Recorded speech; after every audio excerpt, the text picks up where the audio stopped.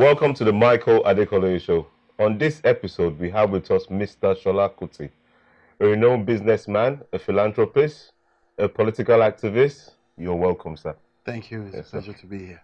Sir, it's quite interesting. You're in the UK now, Yeah. and you're formerly in Nigeria. So you lived in Abuja for a bit, and we would like to just find out why the transition, why the move from Abuja to London. Okay.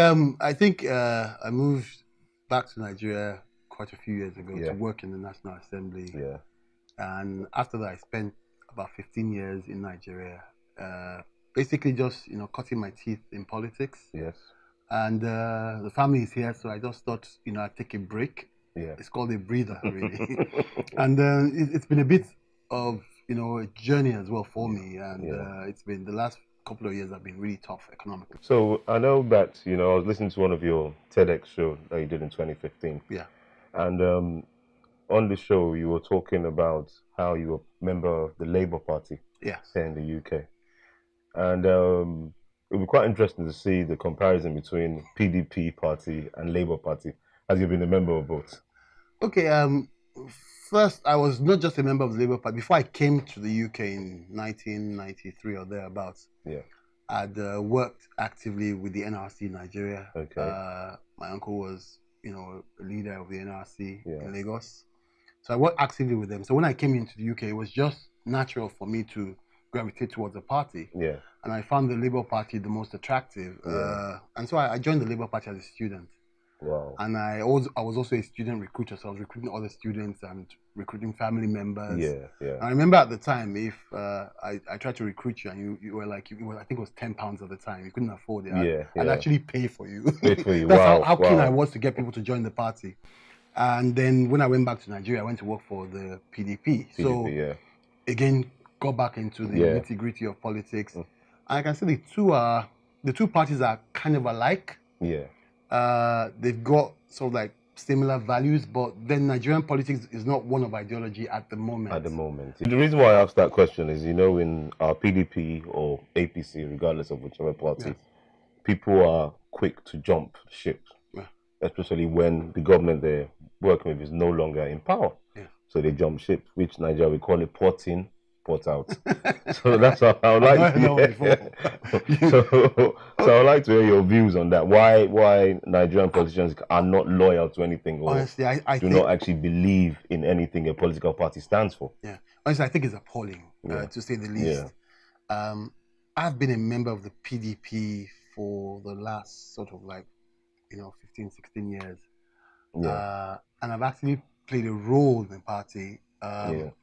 And why I say it's appalling is because most of the people who jump ship are actually, some people actually say they can't afford to be politically irrelevant. And I think that I like the underdog theory. Like I said, when I came into the Labour Party here, they were not in power. When I worked for the NRC, they were not in power. It was basically, there was nothing to gain.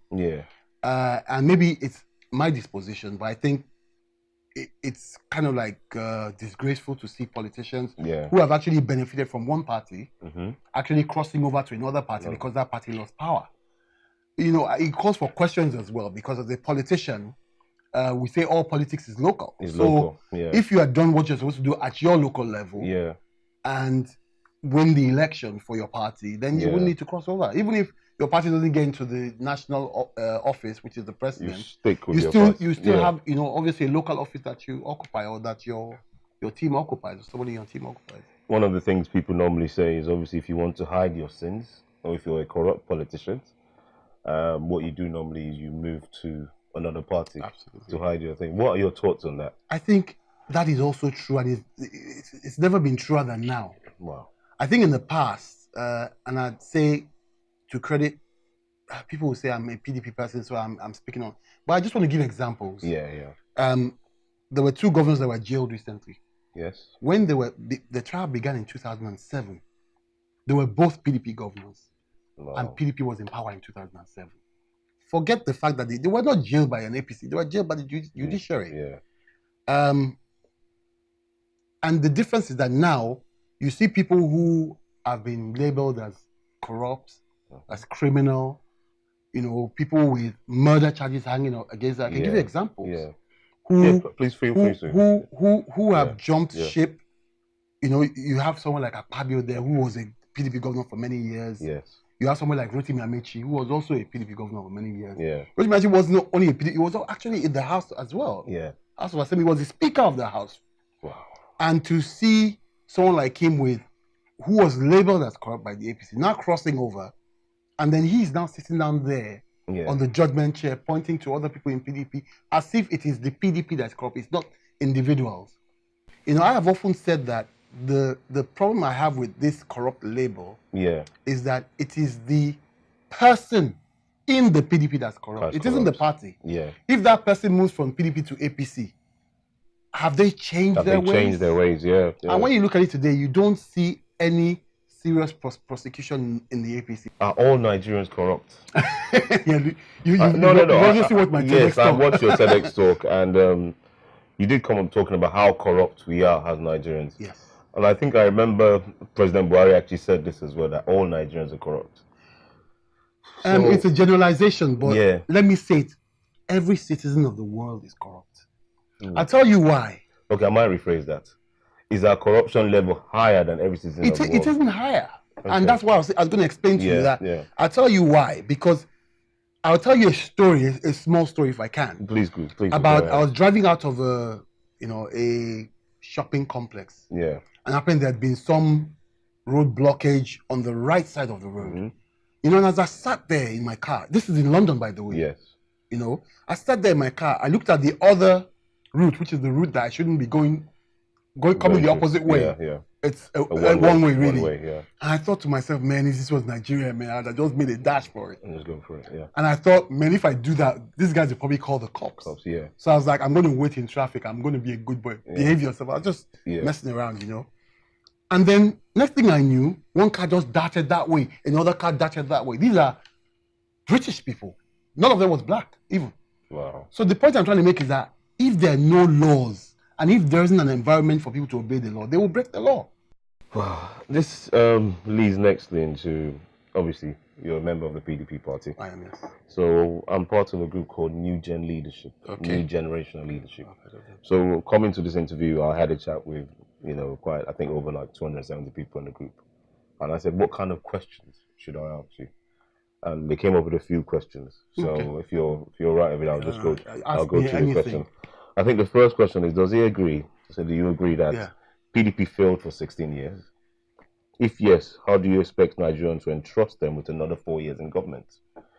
So there's this notion that, APC people have been going about saying, that for the last 16 years, PDP have actually ruined Nigerian economy and they are fixing it. And 3.5 years is not enough to fix. What are your thoughts? Number one, did PDP fail Nigeria for 16 years? PDP didn't fail Nigeria per se. I mean, I was a member of the PDP, but I was obviously one of the greatest critics of the PDP. Yeah. Anyone who's followed me for the last 4 or 5 years knows I criticize everything from policy to internal politics. Now, when you say as PDP failed in 16 years, every government will fail to do something or the other. But as PDP failed as a whole, I'd say no. PDP could not have failed in 16 years, and today, Buhari can walk to the airport in Port Harcourt and launch it. An airport he didn't contribute a dime to build. People say government is a continuum, but no. One man in his wisdom or one woman, I don't even want to give President Jonathan the credit. Let me give it to Stella Odua. She had the wisdom to negotiate these deals with the Chinese government and take them to the president to approve these deals to build state-of-the-art airports in 4 or 5 locations across the country, including Enugu, Lagos, and Port Harcourt. In the deal, the government paid $100 million, and the Chinese government will pay the counterpart funding of $400 million, and finish the airports on a PPP project. So the government has no impact. Jonathan knew that if he left office and he didn't do that, it's likely another government will come and stop the work. Examples: Lagos-Ibadan Expressway. One of the most, I think, if I was governor of Lagos, I would even spend my own money building that road, because of what it means economically. Yeah, it's very vital. But it's something that I inspected myself before Jonathan's campaigns. I have the video online. Don't take my word for it. Go and check it out. I did a video of that road, and it was around 30 to 40% complete. Jonathan left power in 2015. Now, this project, unlike the airport, is not a PPP. What has this government done about it? Nothing. Has insecurity reduced in Nigeria? By and large, I would say problem has changed name, PHCN. Insecurity used to be Boko Haram. Now insecurity is herdsmen, killing Christians, killing Muslims. Christians retaliating and killing Muslims as well. So there's more division in Nigeria. There is not only, it's now a senseless killing. The former general, T.Y. Danjuma, said on national television that the military was colluding with herdsmen to attack Christians even in his village. I mean, this is a great indictment. So it puts play to some of the speculations that you would have heard in the past about how APC was the one fomenting the war on terror. So they were essentially saying, you know what, I think this war on terror augurs well for us. The kidnap of the Chibok girls is another scandal of proportions. It shouldn't have happened under any government's watch. But when you look at the historical backgrounds, you see that some people kind of like saw the Boko Haram thing as a way of bringing down another government rather than us coming together. And I said this at the time. So the next question was, oil prices were an all-time high when PDP was in power, but was embezzled.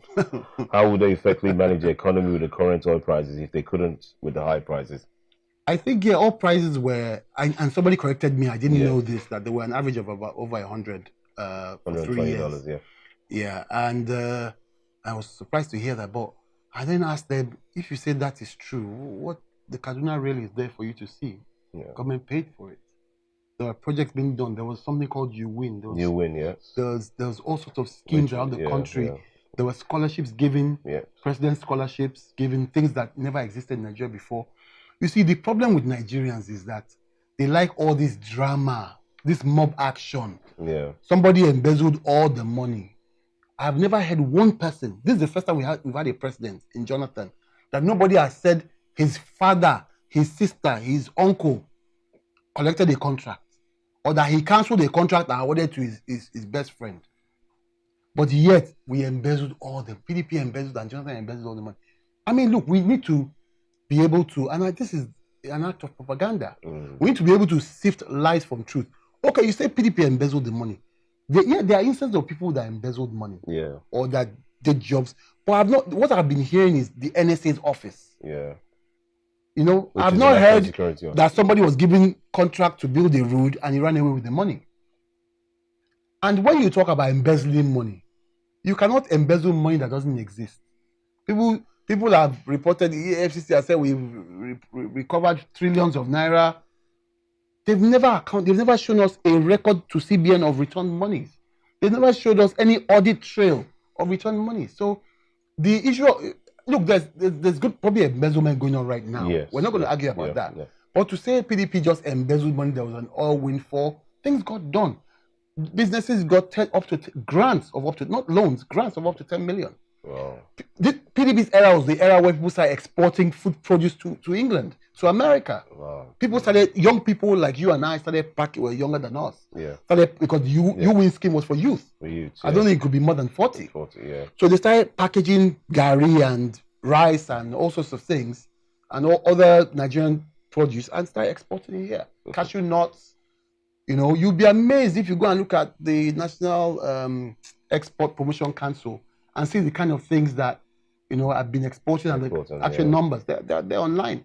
You know, and one thing I always say, which I must add quickly, is that Nigeria is a poor country by all standards. Yes, I've heard this a few times. I've said this so many times. Look, the first time I said it, I was jumped up by all sorts of people. If you look at the NHS budget. Exactly. You know, so it's appalling. I mean, I think our budget is what the UK government spends on NHS? On not even NHS, no, even on some incidentals. Wow. I'm telling you, I mean, I try to match it to anything, even education, no way. It was actually scary when I looked at the figures. It's ridiculous. So we are a poor country and there's not enough to go around.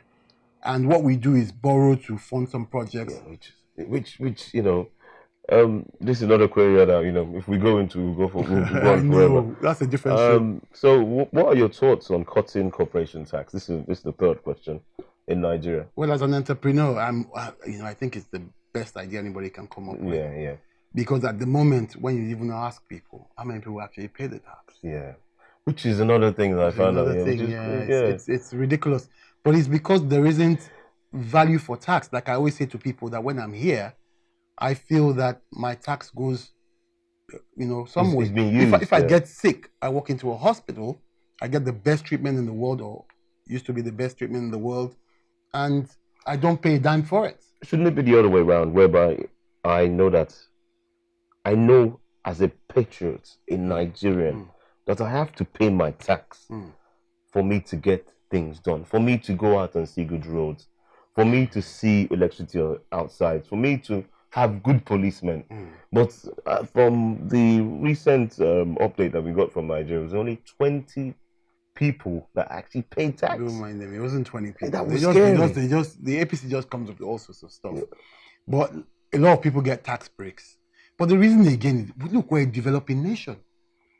We don't have enterprise. Look, in the UK, I think one of the first businesses I did, I got a loan for £18,000. I've never gotten a loan in Nigeria for even 500 naira. The interest rate is killing. The interest rate alone. I said I don't. They won't even give you because they'll tell you bring your house papers, bring your land papers, bring collateral, and when you don't have those things, you can't get a loan. Which is what's it was a government guaranteed loan. So look, if a government has created avenues for a million businesses to be established, it's a tax based on its own. But you in Nigeria, I always say that, I always have a joke that when I'm here, I feel like they're doing everything to make me succeed. When I'm back home in Nigeria, it's as if they're doing everything to make me fail. Yeah, because it seems like the tide is against you. You go somewhere, you want a piece of paper. It's forever. This ties into the next question. APC are running a straight-up socialist campaign and are promising more social intervention programs. What are your thoughts on trader money and all this money that's being distributed? What are your thoughts? Do you think it's sustainable? Do you think it's the best way to give out money? Is it empowering the businesses? What's the money for exactly? I think it's an insult, really. On the intelligence of the average Nigerian, on the intelligence of the poor people of Nigeria who are struggling every day to make a living. That you would borrow somebody 10,000 naira and tell them to start a business. People will say, it's the same way we talk about the school feeding program. I remember saying on social media one time that my dogs, and I'm not exaggerating, my dogs have never eaten from the floor. I train my dogs never to eat food from the floor. It has to be in their plate. And I see children with pieces of paper sitting on the floor and eating from paper.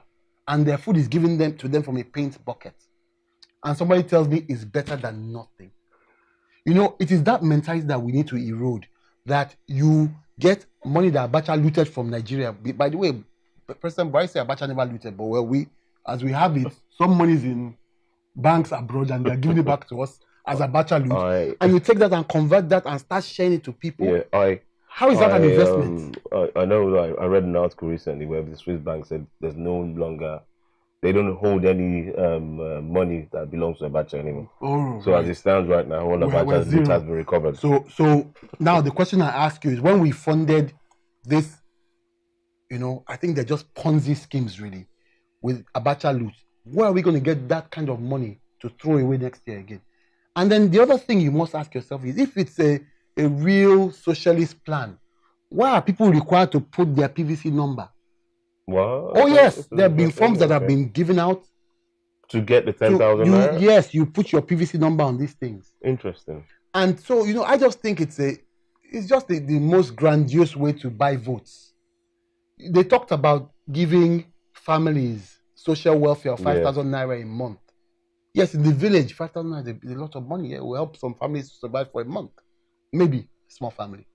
But the question I'm asking: who are these families? You have family in Nigeria. I'm sure not everybody in your family is rich. How many of your family members are on trader money or have received Empower or any of their schemes? Personally, I don't. Essentially, what they're doing, and I'll say this anywhere, is they're just using these schemes to time voters. This ties in with how we vote in Nigeria. We know it's coming to the election time. February is coming, and this is where we see packaged Indomie with people's logos on it: PDP, APC. Or Gary, or granite, or sugar. Sometimes it's getting worse. Salt, even onions. We saw onions in Kogi. My question to you is, which way forward? when will the masses in Nigeria understand that you're actually selling away your future, your children's future, with collecting 4 or 5 onions and garri? I think back in the days it was maybe a whole sack of rice, but now it's getting smaller. It's getting smaller. So when would the masses understand that they should stop selling their children's future? I think it's a chicken and egg situation. It's one that really saddens me. It saddens me because some of these people cannot even pause to think, but it's a reflection also of how bad our society has become. I mean, I just told you we're the poverty capital of the world. So just imagine how hungry people are. And I always tell people that somebody's giving you 1,000 naira, 2,000 naira to vote for him. How long does 2,000 naira last? It's the same way I tell people who are in the political field like me. They say, how come you are in politics with all these big men and you didn't make any money? I said, because I was there to learn. I was there to improve myself and improve the country. If somebody gives you, if I made money from all these big men, then I am a servant. Yeah. I've been paid for a job. But now nobody can hold me to ransom. I have my opinion. That's why I can speak against the PDP when they do something wrong. Because no paycheck is going to stop coming. Because I work hard to make a living. Now, if you and this is what the APC has done very well over the last few years, if you impoverish a whole society, so by bringing in a foreign exchange, regime that was, I don't know what to call it, sociopathic, and killing off all the businesses of people who were probably buying and selling. By doing that, you put people who are able to sustain themselves in the poverty realm. So let's move on to the next question. How does the PDP plan on selling a conservative political program to the Nigerian public? The PDP is a very simple party. The good thing about the PDP has a lot of experience. Yeah. And somebody said this, I think, at the launch of former President Goodluck Jonathan's book. Yeah. He said that God only allowed the APC to win these elections so that we would know how good or bad the PDP really was. Because, I always say that I like the system in the US and the UK. Government swap. PDP has a lot of experience. I mean, someone like, we've got the best presidential candidate that anyone could have. I mean, I wasn't one of the people that was an Atiku person, convinced that it was Atiku. I wanted somebody younger as well. But when I think about the blessing that we have in someone who has been in power before, who has the experience of what power is like, who has tasted power. Because what happens, most of these people don't even know what power is. All these candidates that are shouting that they will do this, they will do that. All these new candidates, these young people that are going up and down making noise. Yeah. Put them in the local government seat and call them tomorrow. They will not even pick up their phone because they are too busy counting the money that the garage boys brought and trying to see what they are going to buy with it. Let's move into the next one. So there's obviously Atiku's policy document is out and there's a lot of questions. The next question is main thrust is reducing the role of government. How do you square that with the population who believe that government should provide them with everything? This is honestly the best question because the two things that Atiku talks about. He talks about reducing government. So, for instance, he talks about selling off the NNPC. And I've asked people, what does the NNPC really do? Do you know what the NNPC does? Well, as far as I know, they've been making a loss for God knows how long. But what do they do? I don't know. I think they're regulators, right? They own refinery. The NNPC's job really is to be regulated. Regulators, yeah. And regulate licenses. Yeah. It's not like the NCC. NCC, yeah. Have you ever heard the NCC lose money? No, because they're doing their job. But the NNPC has refineries. Do the refineries work? No, they don't work. Before this government came in, they said, we will fix all the refineries. When they came in, they said the refineries were working. Today, what is the story? So, essentially, when people say, Atiku wants to sell the NNPC to his friends, I'm like, what does the NNPC have that works? Selling it to your friends is even like punishing you. It's the same when they sold PHCN to private companies. Yeah. So, yes, his policy document talks about reducing the size of government, and government has no business in business. It's been proven all over the world. Privatization is the way to go. Government has a lot of bureaucracy. Government has a lot of steps to take to get anything done. And government has a lot of funny ways of employing people. In Nigeria, the government is over-bloated. There are people who, you can't tell me what they're contributing to government, but they've been earning salaries for the last 20 years. And the last question of the day, this was from Nugent as well. Are you going to ever return to Nigeria? Of course. To take up appointments? Or to contest? What's the plan for Mr. Bashir? I tell you what I said I think a year or two ago, I said I was retired from active politics. So I'm never going to actually run for office. And this is not a Buhari or any moment that, when you say, I won't do it, and then you play this and quote me and say, but you said, but seriously, what I said was I want to help, because I realized that we made an error. People like me, my generation. Yeah. When I'd already been in politics at 22, I guess the 10-year break away from Nigeria cut me off Nigerian politics. But I think we should have, it's better for someone who's in their 20s and 30s for me to be able to groom them and give them some experience. Also introduce them to my contacts and help them develop. I'm doing that for, obviously, I play my politics in Lagos. So I'm doing that for all the young candidates. Yeah. I'm doing that for Gbadebo Rhodes Vival, who is 35 years old running for Senate. I mean, that's impressive. And we've got another candidate in the PDP, 25-year-old in Mushin. We've got Alesh, who I'm sure you know, who's also running, in Shomolu. And we've got a few young people. And I think my job now is just to mentor them and give them the support that I can. So I'm plugging in some of my own machinery into their campaigns. Let them run with it. If they lose, they've got time to recover and try again. But for me, I think I'm nearly 50, so I think I'm done with politics. The only way you ever hear I got a post, if somebody runs for president and says that you come and be his vice, and all I have to do is just sit there and look pretty. Yeah, I may do that, but I would not be contesting. We've come to the end of today's episode, and we'd like to thank Mr. Sola Kuti. Thank you so much. It's been a pleasure. And God bless you. Fun to our viewers at home, you've heard from Mr. Sola Kuti. He's given the insights of how things are working. And, I can just plead with you, and we can both just plead with you. Please, no more Gary. Your vote. Don't more collect Gary or onions. No more water. No more anything that you are collecting to vote. Yes, your life is worth more than that. Yes, it's worth more than that.